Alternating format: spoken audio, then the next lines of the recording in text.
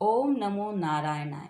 सबसे पहले आप सबको गुरु पूर्णिमा की हार्दिक शुभकामनाएं। इस वर्ष 2023 को आषाढ़ माह की गुरु पूर्णिमा 3 जुलाई सोमवार को पड़ने वाली है। वैसे तो गुरु पूर्णिमा की तिथि 2 जुलाई रात 8:22 पर शुरू हो जाएगी और दूसरे दिन 3 जुलाई शाम 5:08 पर समाप्त हो जाएगी। उदया तिथि के अनुसार गुरु पूर्णिमा का पर्व 3 जुलाई को मनाया जाएगा। इसी दिन हमको व्रत उपवास करना है और स्नान दान भी इसी दिन करना है। गुरु पूर्णिमा के दिन महर्षि वेद व्यास जी का जन्म हुआ था, इसलिए इसे गुरु पूर्णिमा भी कहा जाता है। ये दिन संसार के समस्त गुरु के सम्मान में उत्साह और उमंग के साथ मनाया जाता है। कहते हैं गुरु अंधकार से प्रकाश की ओर ले जाते हैं। इस दिन गुरुओं की पूजा करने से हर क्षेत्र में सफलता मिलती है। इस दिन अपने अपने गुरुओं के पैर छूकर उनका आशीर्वाद लेना चाहिए और उन्हें उपहार में वस्त्र या दक्षिणा आदि देकर उनका सम्मान करना चाहिए। गुरु पूर्णिमा के दिन भगवान सत्यनारायण की कथा का भी बेहद महत्व बताया गया है।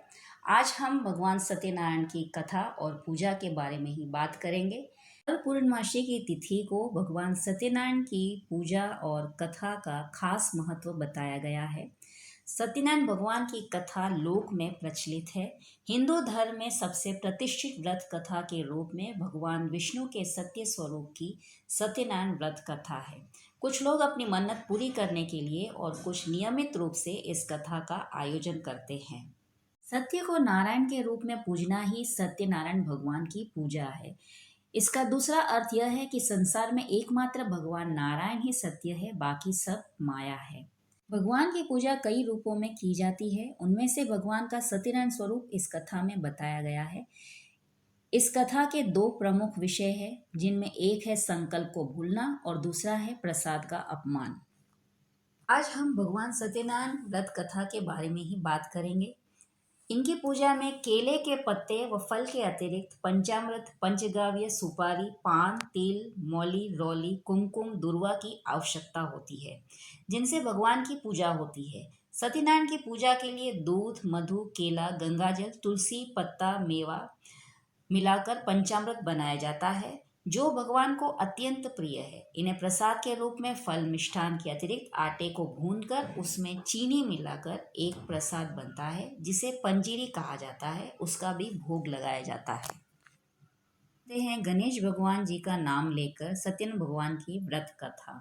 ओम श्री गणेशाय नमः। पुराण काल में शौनक आदि ऋषि नैमिषारण्य स्थित महर्षि सूत के आश्रम पर पहुंचे।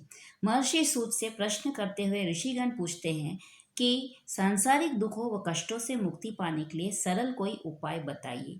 महर्षि सूत जी शौनक आदि ऋषियों को बताते हैं कि यही प्रश्न नारद मुनि ने भगवान विष्णु से किया था और भगवान विष्णु ने नारद मुनि को सांसारिक सुख दुखों से मुक्ति का सरल उपाय बताते हुए कहा, इसका एक ही सरल उपाय है, वह है सत्यनारायण व्रत कथा। भगवान विष्णु ने सत्यनारायण का अर्थ सत्याचरण, सत्याग्रह, सत्य निष्ठा बताया है। इस संसार में सुख और समृद्धि की प्राप्ति सत्याचरण द्वारा की जा सकती है अथवा सत्य ही ईश्वर को पाने का सर्वोत्तम मार्ग है। भगवान की कथा इस प्रकार है। एक बार नारद जी भगवान श्री हरि विष्णु के पास जाते हैं और उनकी स्तुति करने लगे। यह देख श्री हरि विष्णु नारद जी से बोले, हे भक्त, आप किस प्रयोजन में यहाँ आए हैं तथा आपके मन में क्या है, मुझे बताइए। नारद मुनि बोले, प्रभु, मृत्यु लोक में अपने अपने पाप कर्मों द्वारा विभिन्न योनियों में जन्म लेने वाले सभी जीव जंतु, इंसान सभी किसी न किसी प्रकार के दुख व शारीरिक मानसिक पीड़ा से ग्रस्त है। भगवान, इन सभी कष्टों व दुखों से मुक्ति पाने के लिए कोई सरल उपाय बताइए, मैं सुनना चाहता हूँ। श्री हरि विष्णु भगवान ने कहा, हे वत्स, संसार के भले के लिए आपने बहुत अच्छी बात की है, इसलिए मैं आपको इसका कोई उपाय बताऊंगा। इस व्रत को करने से व्यक्ति मोह माया से मुक्ति पा सकता है। इसे ध्यान से सुनिए। भगवान सत्यनारायण का स्वर्ग और मृत्यु लोक में एक महान पुण्यपद व्रत है। आपके स्नेह के कारण मैं इसे कह रहा हूँ। विधि विधान से भगवान सत्यनारायण व्रत करके मनुष्य शीघ्र ही सुख समृद्धि प्राप्त कर मृत्यु के बाद परलोक में मोक्ष प्राप्त कर सकता है। भगवान विष्णु की बातें सुनकर नारद मुनि बोले, प्रभु इस व्रत को करने का क्या फल मिलता है, इसका विधान क्या है तथा इस व्रत को किसने किसने किया, यह सब विस्तार पूर्वक बताइए, मेरे सुनने की इच्छा है। श्री हरि विष्णु ने कहा, यह सत्यनारायण व्रत दुख, शारीरिक मानसिक शोक आदि का शमन करने वाला है। वह धन धान्य की वृद्धि करता है, सौभाग्य अखंड करता है और संतान प्राप्ति के लिए किया जाता है। भक्ति और श्रद्धा से बंधु बांधवों के साथ धर्म में तत्पर होकर सायंकाल के समय भगवान सत्यनारायण की पूजा आराधना करनी चाहिए। नैवेद्य में उत्तम कोटि के भोज्य पदार्थ सवाया मात्रा में अर्पित करना चाहिए तथा भोग का प्रसाद बनाने के लिए केले का फल, घी, दूध, माठी, गेहूं या चावल का आटा और शक्कर या गुड़ लेकर इन सभी को एकत्रित करके सवाया मात्रा में भगवान को भोग लगाना चाहिए तथा पूजा के बाद सब लोगों में विस्तृत करना चाहिए। सत्यन भगवान की कथा सुनने के बाद सामर्थ्य अनुसार ब्राह्मणों को दक्षिणा देनी चाहिए और बंधु बांधव और ब्राह्मणों को भोजन कराना चाहिए। कलयुग में यह सबसे छोटा सा उपाय है। श्री सूत जी बोले, अब मैं पुनः पूर्वाकाल में जिसने इस सत्यनारायण व्रत को किया था उसे भली भांति विस्तार पूर्वक कहूंगा। रमणीय काशी नामक नगर में कोई अत्यंत निर्धर ब्राह्मण रहता था। भूख और प्यास से व्याकुल होकर वह प्रतिदिन पृथ्वी पर भटकता रहता था। ब्राह्मण प्रिय भगवान ने उस दुखी ब्राह्मण को देखकर ब्राह्मण का रूप धारण करके उस द्विज से आदर पूर्वक पूछा, हे विप्र, प्रतिदिन अत्यंत दुखी होकर तुम किस लिए पृथ्वी पर भ्रमण करते रहते हो? हे द्विज श्रेष्ठ, यह सब बतलाओ, मैं सुनना चाहता हूँ। ब्राह्मण बोला, प्रभु मैं अत्यंत दरिद्र ब्राह्मण हूँ और भिक्षा के लिए पृथ्वी पर घूमा करता हूँ। यदि मेरी इस दरिद्रता को दूर करने का आप कोई उपाय जानते हो तो कृपा कर बताइए। वृद्ध ब्राह्मण बोला, हे ब्राह्मण देव, सत्यनारायण भगवान विष्णु अभिष्ट फल को देने वाले हैं। हे विप्र, तुम उनका उत्तम व्रत करो जिसे करने से मनुष्य सभी दुखों से मुक्त हो जाता है। व्रत के विधान को भी ब्राह्मण से यत्नपूर्वक कहकर वृद्ध ब्राह्मण रूपधारी भगवान विष्णु वहीं पर अंतर्ध्यान हो गए। वृद्ध ब्राह्मण ने जैसा कहा उस व्रत को अच्छी प्रकार से वैसा ही करूंगा, यह सोचते हुए उस ब्राह्मण की रात को नींद नहीं आई। अगले दिन प्रातःकाल उठकर सत्यनारायण का व्रत करूंगा ऐसा संकल्प करके वह ब्राह्मण भिक्षा के लिए चल पड़ा। उस दिन ब्राह्मण को भिक्षा में बहुत सा धन प्राप्त हुआ। उसी धन से उसने बंधु बांधवों के साथ भगवान सत्यनारायण का व्रत किया। इस व्रत के प्रभाव से वह श्रेष्ठ ब्राह्मण सभी दुखों से मुक्त होकर समस्त संपत्तियों से संपन्न हो गया। उस दिन से लेकर प्रत्येक महीने में उसने यह व्रत किया। इस प्रकार भगवान सत्यनारायण के इस व्रत को करके वह श्रेष्ठ ब्राह्मण सभी पापों से मुक्त हो गया और उसने दुर्लभ मोक्ष पद को प्राप्त किया। हे विप्र, पृथ्वी पर जब भी कोई मनुष्य सत्यन भगवान का व्रत करेगा उसी समय उसके समस्त दुख नष्ट हो जाएंगे। हे ब्राह्मणों, इस प्रकार भगवान नारायण ने महात्मा नारद जी से जो कुछ कहा मैंने वह सब आप लोगों से कह दिया। आगे अब और क्या कहूँ। हे मुनि, इस पृथ्वी पर उस ब्राह्मण से सुने हुए इस व्रत को किसने किया, हम ये सब सुनना चाहते हैं। उस व्रत पर हमारी श्रद्धा हो रही है। श्री सूत जी बोले, मुनियों, पृथ्वी पर जिसने यह व्रत किया उसे आप लोग सुने। एक बार वह द्विश्रेष्ठ अपनी धन संपत्ति के अनुसार बंधु बांधवों तथा परिवारजनों के साथ व्रत करने के लिए उद्यत हुआ। इसी बीच एक लकड़हारा वहां आया और लकड़ी बाहर रखकर उस ब्राह्मण के घर गया। प्यास से व्याकुल वह उस ब्राह्मण को व्रत करता हुआ देख प्रणाम करके उसने बोला, प्रभु आप ये क्या कर रहे हैं? इससे करने से किस फल की प्राप्ति होती है, विस्तार पूर्वक मुझसे कहिए। विप्र ने कहा, सत्यनारायण भगवान का व्रत हम लोग कर रहे हैं जो सभी मनोरथों को प्रदान करने वाला है। उसी के प्रभाव से मुझे यह सब महान धन धान्य आदि प्राप्त हुआ है। जल पीकर तथा प्रसाद ग्रहण करके वह नगर चला गया। सत्यनारायण देव के लिए मन से ऐसा सोचने लगा कि आज लकड़ी बेचने से धन प्राप्त होगा, उसी धन से भगवान सत्यनारायण का श्रेष्ठ व्रत करूंगा। इस प्रकार मन से चिंतन करता हुआ लकड़ी को मस्तक पर रखकर उस सुंदर नगर में गया जहाँ धन संपन्न लोग रहते थे। उस दिन उसने लकड़ी को दुगना मूल्य प्राप्त किया। इसके बाद प्रसन्न हृदय होकर वह पके हुए केले का फल, शक्कर, घी, दूध और गेहूं का चूर्ण सवाया मात्रा में लेकर अपने घर आया। तत्पश्चात उसने अपने बंधु बांधवों को बुलाकर विधि विधान से भगवान श्री सत्यनारायण का व्रत किया। उस व्रत के प्रभाव से वह धन पुत्र से संपन्न हो गया और इस लोक में अनेक सुखों का उपभोग कर अंत में सत्यपुर अर्थात वैकुंठ लोक चला गया। श्री सूत जी बोले, श्रेष्ठ मुनियों, अब मैं पुनः आगे की कथा कहूंगा, आप लोग सुने। प्राचीन काल में उल्कामुख नाम का एक राजा था। सत्यवादी तथा अत्यंत बुद्धिमान था। वह विद्वान राजा प्रतिदिन देवालय जाता और ब्राह्मणों को दंड देकर संतुष्ट करता था। कमल के समान मुख वाली उसकी धर्मपत्नी शीला विनय एवं सौंदर्य आदि गुणों से संपन्न तथा पतिपरायणा थी। राजा एक दिन अपनी धर्मपत्नी के साथ भद्रशिला नदी के तट पर श्री सत्यानंद भगवान का व्रत कर रहा था। उसी समय व्यापार के लिए अनेक प्रकार की पुष्कल धनराशि से संपन्न एक साधु नाम का बनिया का वहां आया। भद्रशिला नदी के तट पर नाव को स्थापित कर वह राजा के समीप गया और राजा को उस व्रत से दीक्षित देखकर विनयपूर्वक पूछने लगा। साधु ने कहा, राजन, आप भक्ति युक्त चित्त से क्या कर रहे हो? कृपया ये सब बताइए, इस समय मैं सुनना चाहता हूँ। राजा बोले, हे साधु, पुत्र आदि की प्राप्ति की कामना से अपने बंधु बांधवों के साथ मैं अतुल तेज संपन्न भगवान विष्णु का व्रत एवं पूजन कर रहा हूँ। राजा की बात सुनकर साधु ने आदर पूर्वक कहा, राजन, इस विषय में आप मुझे सब कुछ विस्तार से बताइए। आपके कथानुसार मैं व्रत एवं पूजन करूंगा। मुझे भी संतान नहीं है, इससे अवश्य ही संतान प्राप्त होगी। ऐसा विचार कर वह व्यापार से निवृत्त हो आनंद पूर्वक अपने घर आया। उसने अपनी भार्या से संतति प्राप्त प्रदान करने वाले इस सत्यनारायण भगवान के व्रत का विस्तार पूर्वक बताया। जब मुझे संतान प्राप्त होगी तब मैं इस व्रत को अवश्य करूंगा। एक दिन उसकी पत्नी लीलावती श्री सत्यानंद भगवान की कृपा से गर्भिणी हुई। 10वें महीने में उसने एक सुंदर सी कन्या का जन्म दिया।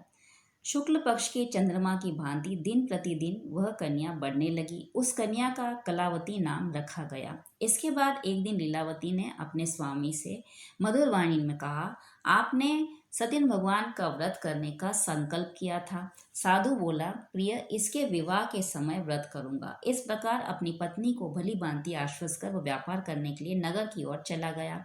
इधर कन्या कलावती पिता के घर में बढ़ने लगी। सखियों के साथ क्रीड़ा करती हुई अपनी कन्या को विवाह योग्य देकर आपस में मंत्रणा करके कन्या विवाह के लिए श्रेष्ठ वर का आदेश दिया।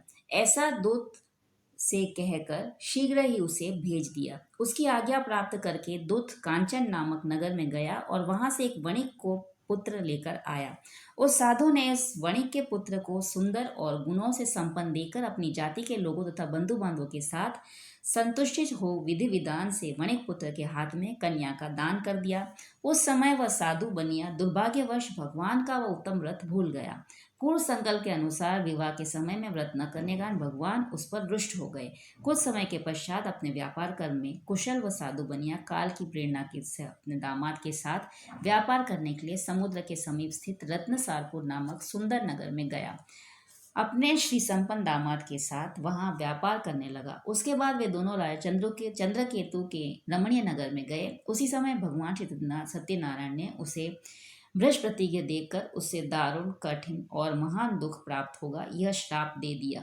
एक दिन एक चोर राजा चंद्रकेतु के धन को चुराकर वहीं आया जहां दोनों वणिक स्थित थे। वह अपने पीछे दौड़ते हुए दूतों को देखकर भयभीत चित्त से धन वहीं छोड़कर शीघ्र ही छिप गया। इसके बाद राजा के दूत वहां आ गए जहां वह साधु वणिक था। वहां राजा के धन को देखकर वे दूत उन दोनों वणिक पुत्रों को बांध कर ले आए और हर्षपूर्वक दौड़ते हुए राजा से बोले, प्रभु, हम दो चोर पकड़ लाए हैं। इन्हें देकर आप आज्ञा दें। राजा की आज्ञा से दोनों शीघ्र ही दृढ़तापूर्वक बांधकर बिना विचार किए महान कारागार में डाल दिए गए। भगवान सत्यदेव की माया से किसी ने उन दोनों की बात नहीं सुनी और राजा चंद्रकेतु ने उन दोनों का धन भी ले लिया। भगवान के श्राप से वणिक के घर में उसकी भार्या भी अत्यंत दुखित हो गई और उनके घर में सारा का सारा जो धन था वह चोर ने चुरा लिया। लीलावती शारीरिक तथा मानसिक पीड़ाओं से युक्त, भूख और प्यास से दुखी हो अन्न की चिंता से दर दर भटकने लगी। कलावती कन्या भी भोजन के लिए इधर उधर प्रतिदिन घूमने लगी। एक दिन भूख से पीड़ित कलावती एक ब्राह्मण के घर गई। वहां जाकर उसने सत्यन भगवान की व्रत पूजन को देखा। वहां बैठकर उसने कथा भी सुनी और वरदान मांगा। उसके बाद प्रसाद ग्रहण करके वह कुछ रात होने पर घर गई। माता ने कलावती कन्या से प्रेम पूर्वक पूछा, पुत्री, रात में तू कहाँ रुक गई थी? तुम्हारे मन में क्या है? कलावती कन्या ने तुरंत माता से कहा, माँ, मैंने एक ब्राह्मण के घर में मनोरथ प्रदान करने वाला व्रत देखा है। कन्या की उस बात को सुनकर वह वणिक की भार्या व्रत करने को उद्यत हुई और प्रसन्न मन से उस साध्वी ने बंधु बांधवों के साथ भगवान श्री सत्यनारायण का व्रत किया तथा इस प्रकार प्रार्थना की, भगवान आप हमारे पति एवं जमाई के अपराध को क्षमा करें, वे दोनों अपने घर शीघ्र आ जाए। इस व्रत से भगवान सत्यनारायण पुनः संतुष्ट हो गए तथा उन्होंने ध्रुवश्रेष्ठ चंद्रकेतु को स्वप्न दिखाया और स्वप्न में कहा, ध्रुवश्रेष्ठ, प्रातःकाल दोनों वणिकों को छोड़ दो और वह सारा धन भी दे दो जो तुमने उनसे इस समय ले लिया है, अन्यथा राज्य, धन एवं पुत्र सहित तुम्हारा सर्वनाश कर दूंगा। राजा से स्वप्न में ऐसा कहकर भगवान श्री सत्यनारायण अंतर्ध्यान हो गए। इसके बाद प्रातःकाल राजा ने अपने सभासदों के साथ सभा में बैठकर अपने स्वप्न की बात बताई और कहा, दोनों बंदी वणिक पुत्रों को शीघ्र ही मुक्त कर दो। राजा की ऐसी बात सुनकर राजपुरुष दोनों महाजनों को बंधन मुक्त करके राजा के सामने लाकर विनयपूर्वक बोले, महाराज, बेड़ी बंधन से मुक्त करके दोनों मणिपुत्र लाए गए हैं। इसके बाद दोनों महाराज नृपश्रेष्ठ चंद्रकेतु को प्रणाम करके अपने पूर्व वृतांत का स्मरण करते हुए भय विह्वल हो गए और कुछ बोल न सके। राजा ने मणिपुत्रों को देकर आदरपूर्वक कहा, आप लोगों को प्रारब्धवश यह महान दुख प्राप्त हुआ। इस समय अब कोई भय नहीं है। राजा ने वस्त्र अलंकार देकर उन दोनों मणिपुत्रों को संतुष्ट किया तथा सामने बुलाकर वाणी द्वारा अत्यधिक आनंदित किया। राजा ने पहले जो धन लिया था उसे दोगुना करके उसने उन वणिक पुत्र को दिया। उसके बाद राजा ने पुनः उनसे कहा, साधो, अब आप अपने घर को जाए। राजा को प्रणाम करके आपकी कृपा से हम जा रहे हैं, ऐसा कहकर उन दोनों महावेश्यों ने अपने घर की ओर प्रस्थान किया। श्री सूत जी बोले, साधु बनिया मंगल चरण कर और ब्राह्मणों को धन देकर अपने नगर के लिए चल पड़ा। साधु के कुछ दूर जाने पर भगवान श्री सत्यनारायण उनकी सत्यता की परीक्षा के विषय में जिज्ञासा हुई। साधु, तुम्हारी नाव में क्या भरा है? तब धन के मद में चूर दोनों महाजनों ने अवहेलना पूर्वक हंसते हुए कहा, दंडी सन्यासी, क्यों पूछ रहे हो? क्या कुछ मुद्रा लेने की इच्छा है? हमारी नाव में तो लता और पत्ते आदि भरे हैं। ऐसी निष्ठुर वाणी सुनकर बोले, तुम्हारी बात सच हो जाए। ऐसा कहकर दंडी साधु सन्यासी रूप धारण किए हुए भगवान कुछ दूर जाकर समुद्र के समीप बैठ गए। दंडी के चले जाने पर नित्य क्रिया करने के पश्चात उतराई हुई अर्थात जल में ऊपर की ओर उठी हुई नौका को देखकर साधु अत्यंत आश्चर्य में पड़ गया और नाव में लता और पत्ते आदि देकर मूर्छित होकर पृथ्वी पर गिर पड़ा। सचेत होने पर वणिपुत्र चिंतित हो गया। तब उसके दामाद ने इस प्रकार कहा, आप शोक क्यों करते हो? दंडी ने श्राप दे दिया है। इस स्थिति में वे ही चाहे तो सब कुछ कर सकते हैं, इसमें संशय नहीं है। अतः उन्हीं की शरण में हमें चलना चाहिए, वही मन की इच्छा पूर्ण होगी। दामाद की बात सुनकर वो साधु बनिया उनके पास चला गया और वहां दंडी को देखकर उसने भक्ति पूर्वक उन्हें प्रणाम किया तथा आदर पूर्वक कहने लगे, आपके सम्मुख मैंने जो कुछ कहा है, असत्य भाषण रूप अपराध किया है, आप मेरे इस अपराध को क्षमा करें। ऐसा कहकर बार बार प्रणाम करके वह महान शोक से व्याकुल हो गया। दंडी ने उसे रोता हुआ देखकर कहा, हे मूर्ख, रो मत, मेरी बात सुनो। मेरी पूजा से उदासीन होने के कारण तथा मेरी आज्ञा से ही तुमने बार बार दुख प्राप्त किया है। भगवान की ऐसी वाणी सुनकर वह उनकी स्तुति करने लगा। साधु ने कहा, हे प्रभु, यह आश्चर्य की बात है कि आपकी माया से मोहित होने के कारण ब्रह्मा आदि देवता भी आपके गुणों और रूपों को यथावत रूप से नहीं जान पाते। फिर मैं मूर्ख आपकी माया से मोहित होने के कारण कैसे जान सकता हूँ? आप प्रसन्न हो, मैं अपनी धन संपत्ति के अनुसार आपकी पूजा अवश्य करूंगा। मैं आपकी शरण में आया हूँ। मेरा जो नौका में स्थित पूरा धन था उसकी तथा मेरी रक्षा करिए। उस बनिए की भक्ति युक्त वाणी सुनकर भगवान जनार्दन संतुष्ट हो गए।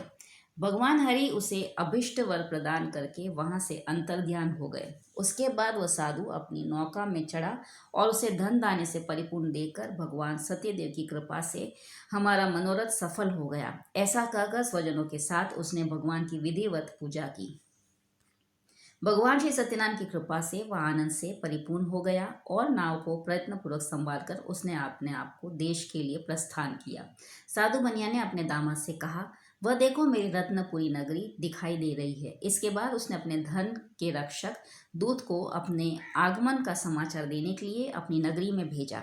उसके बाद उस दूत ने नगर में जाकर साधु की पत्नी को देख हाथ जोड़कर प्रणाम किया तथा उसके लिए अभिष्ट बात कही। सेठ जी अपने दामाद तथा बंधुओं के साथ बहुत सारे धन धान्य से संपन्न होकर नगर के निकट पधार गए हैं। दूत के मुख से यह सुनकर वह अति आनंदित हुई और उस साध्वी ने सत्यन भगवान की पूजा करके अपनी पुत्री से कहा, मैं साधु के दर्शन के लिए जा रही हूँ, तुम शीघ्र आ जाओ। माता का ऐसा वचन सुनकर व्रत को समाप्त करके प्रसाद का परित्याग कर वह कलावती भी अपने पति का दर्शन करने के लिए चल पड़ी। इससे भगवान सत्यनारायण रुष्ट हो गए और उन्होंने उसके पति को तथा नौका को धन के साथ हरण करके जल में डुबो दिया। इसके बाद कलावती कन्या अपने पति को न देख महान शोक से रुदन करती हुई पृथ्वी पर गिर पड़ी। नाव का अदर्शन तथा कन्या को अत्यंत दुखी देख भयभीत मन से साधु बनिए ने सोचा, यह क्या आश्चर्य हो गया। नाव का संचालन करने वाले भी सभी चिंतित हो गए। उसके बाद वह लीलावती भी कन्या को देखकर विठल हो गई और अत्यंत दुख से विलाप करती हुई अपने पति से इस प्रकार बोली, अभी अभी नौका के साथ वह कैसे अलक्षित हो गया। न जाने किस देवता की उपेक्षा से वह नौका हरण कर ली गई, अथवा श्री सत्यनारायण का महात्म्य कौन जान सकता है। ऐसा कहकर वह स्वजनों के साथ विलाप करने लगी और कलावती कन्या को गोद में लेकर रोने लगी। कलावती कन्या भी अपने पति के नष्ट होने पर दुखी हो गई और पति की पादुका लेकर उनका अनुगमन करने के लिए उसने मन में निश्चय किया। कन्या के इस प्रकार के आचरण को देख पत्नी सहित वह धर्म के साधु बनिया अत्यंत शोक संतप्त हो गया और सोचने लगा, या तो भगवान सत्यनारायण ने यह अपहरण किया है अथवा हम सभी भगवान सत्यदेव की माया से मोहित हो गए हैं। अपने धन शक्ति के अनुसार मैं भगवान श्री सत्यनारायण की पूजा करूंगा। सभी को बुलाकर इस प्रकार कहकर उसने अपने मन की इच्छा प्रकट की और बार बार भगवान सत्यदेव को दंडवत प्रणाम किया। इससे दोनों के परिपालक भगवान सत्यदेव प्रसन्न हो गए। भक्तवत्सल भगवान ने कृपा पूर्वक आकाशवाणी की, तुम्हारी कन्या प्रसाद छोड़कर अपने पति को देखने चली आई है। निश्चय ही इसी कारण उसका पति अदृश्य हो गया है। यदि घर जाकर प्रसाद ग्रहण करके वह पुनः आए तो हे साधु बनिया, तुम्हारी पुत्री पत्नी पति को प्राप्त करेगी, इसमें संशय नहीं है। कन्या कलावती भी आकाश मंडल से ऐसी वाणी सुनकर शीघ्र ही घर गई और उसने प्रसाद ग्रहण किया। पुनः आकर स्वजनों तथा अपने पति को देखा। तब कलावती कन्या ने अपने पिता से कहा, अब तो घर चले, विलंब क्यों कर रहे हैं। कन्या की यह बात सुनकर वणिपुत्र संतुष्ट हो गया और विधि विधान से भगवान सत्यनारायण का पूजा करके धन तथा बंधु बांधवों के साथ अपने घर गया। उसके बाद पूर्णिमा तथा संक्रांति पर्वों पर भगवान सत्यनारायण का पूजन करते हुए इस लोक में सुख भोगकर अंत में वह सत्यपुर वैकुंठ लोक में चला गया। श्री सूत जी बोले, अब इसके बाद मैं दूसरी कथा कहूँगा, आप लोग सुने। अपनी प्रजा का पालन करने में तत्पर तुंगध्वज नामक एक राजा रहता था। उसने सत्यदेव के प्रसाद का परित्याग करके दुख प्राप्त किया। एक बार वह वन में बहुत से पशुओं को मारकर वट वृक्ष के नीचे आया। वहां उसने देखा कि गोपगण बंधु बांधवों के साथ संतुष्ट होकर भक्तिपूर्वक भगवान सत्यदेव की पूजा कर रहे हैं। राजा यह देखकर भी अहंकारवश न तो वहां गया और न ही उसे भगवान सत्यनारायण को प्रणाम ही किया। पूजन के बाद सभी गोपगण भगवान का प्रसाद राजा के समीप रखकर वहां से लौट आए और इच्छा अनुसार उन सभी ने भगवान का प्रसाद ग्रहण किया। इधर राजा को प्रसाद का परित्याग करने से बहुत दुख हुआ।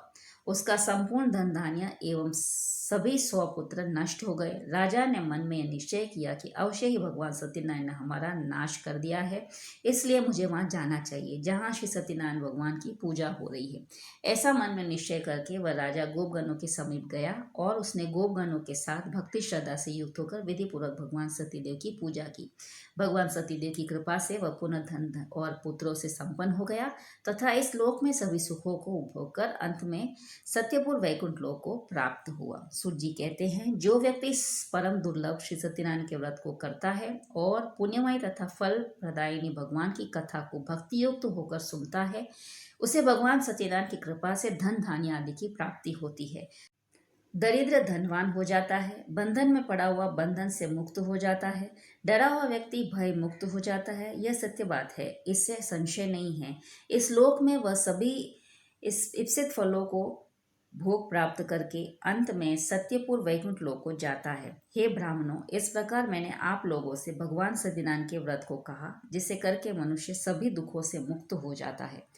कलयुग में तो भगवान सत्यदेव की पूजा का विशेष फल प्रदान करने वाली है। भगवान विष्णु को ही कुछ लोग काल, कुछ लोग सत्य, कोई ईश और कोई सत्यदेव तथा दूसरे लोग सत्यनारायण नाम से कहेंगे।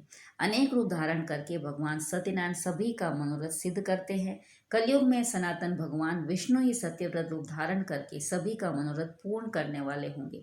हे शिष्यमुनियों, जो व्यक्ति नित्य भगवान सत्यनारायण की इस व्रत कथा को पढ़ता है, सुनता है, भगवान सत्यनारायण की कृपा से उसके सभी पाप नष्ट हो जाते हैं। हे मुनीश्वरों, पूर्व काल में जिन लोगों ने भगवान सत्यनारायण का व्रत किया था, उसके अगले जन्म का वृत्तांत कहता हूँ, आप लोग सुने। महान प्रज्ञा संपन्न शतान नाम के ब्राह्मण सत्यनारायण व्रत करके प्रभाव से दूसरे जन्म में सुदामा नामक ब्राह्मण हुए और उस जन्म में भगवान श्री कृष्ण का ध्यान करके उन्होंने मोक्ष को प्राप्त किया। लकड़हारा भील गुहा को का राजा हुआ और अगले जन्म में उसने भगवान श्री राम की सेवा करके मोक्ष प्राप्त किया। महाराज उल्कामुख दूसरे जन्म में राजा दशरथ हुए, जिन्होंने श्रीरंगनाथ जी की पूजा करके अंत में वैकुंठ प्राप्त किया। इसी प्रकार धार्मिक और सत्यव्रती साधु पिछले जन्म के सत्यव्रत के प्रभाव से दूसरे जन्म में मोरध्वज नामक राजा हुआ। उसने आरे से चीरकर अपने पुत्र की आधी देह भगवान विष्णु को अर्पित कर मोक्ष प्राप्त किया। महाराज तुंगध्वज जन्मांतर में स्वयंभू मनु हुए और भगवत संबंधी संपूर्ण कार्यों का अनुष्ठान करके वैकुंठ लोक को प्राप्त हुए। जो गोपगण थे वे सब जन्मांतर में ब्रजमंडल में निवास करने वाले गोप हुए और सभी राक्षसों का संहार करके उन्होंने भी भगवान का शाश्वत धाम गोप गोलोक प्राप्त किया। इस प्रकार श्री सत्यनारायण व्रत कथा का यह 5वां अध्याय भी संपूर्ण हुआ। बोलो श्री सत्यनारायण भगवान की जय। नारायण जी की आरती। जय लक्ष्मी रमण स्वामी, जय लक्ष्मी रमण, सत्यनारायण स्वामी जनपातक हरणा। जय जय लक्ष्मी रमण। रत्न जड़ित सिंहासन अद्भुत छवि राजे, नारद करत निराजन घंटा ध्वनि बाजे। जय जय लक्ष्मी रमणा। प्रगट भये कलि कारण द्विज को दर्श दियो, बूढ़ो ब्राह्मण बनकर कंचन महल कियो। जय जय लक्ष्मी रमणा। दुर्बल भील कराल इन पर कृपा करी, चंद्रचूड एक राजा तिनको विपति हरी। जय जय लक्ष्मी रमणा। वैश्य मनोरथ पायो श्रद्धा तज दिनहि, सौ फल भोग्यो प्रभु जी फिर स्तुति किन्हि। जय जय लक्ष्मी रमणा। भाव भक्ति के कारण छीन छीन रूप धर्यो, श्रद्धा धारण कीनी तिनको काज सर्यो। जय जय लक्ष्मी रमणा। ग्वान बाल संग राजा वन में भक्ति करी, मन वांछित फल दीना दीन दयाल हरि। जय जय लक्ष्मी रमणा। चढ़त प्रसाद सवायो कदली फल मेवा, धूप दीप तुलसी से राजी सत्य देवा। जय जय लक्ष्मी रमणा।